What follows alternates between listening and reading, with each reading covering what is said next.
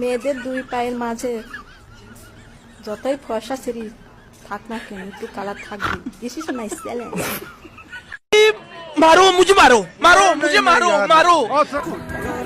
কবি বলেছেন কবে আমার বাল বলেছেন আমি কিন্তু এটা হুন পার্কে আসার পম টিপো যে স্বভাব কোনদিন যাবে না। এই সাজিদা তোর জামাই নিয়ে কই যায়? আর বললেন না শরীর দুর্বল ডাক্তারের কাছে নিয়ে যায়। তুই দুধ মুধ খাওয়ায়?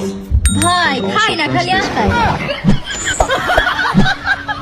টিপতে দেয় কিন্তু টিপতে দেয় না। দুধ বলা যাবে না।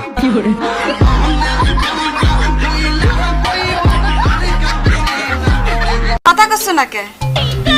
কি দেখে আসলে? যাবি আমার লগে পাট খেতে? কি করবেন ভাইয়া?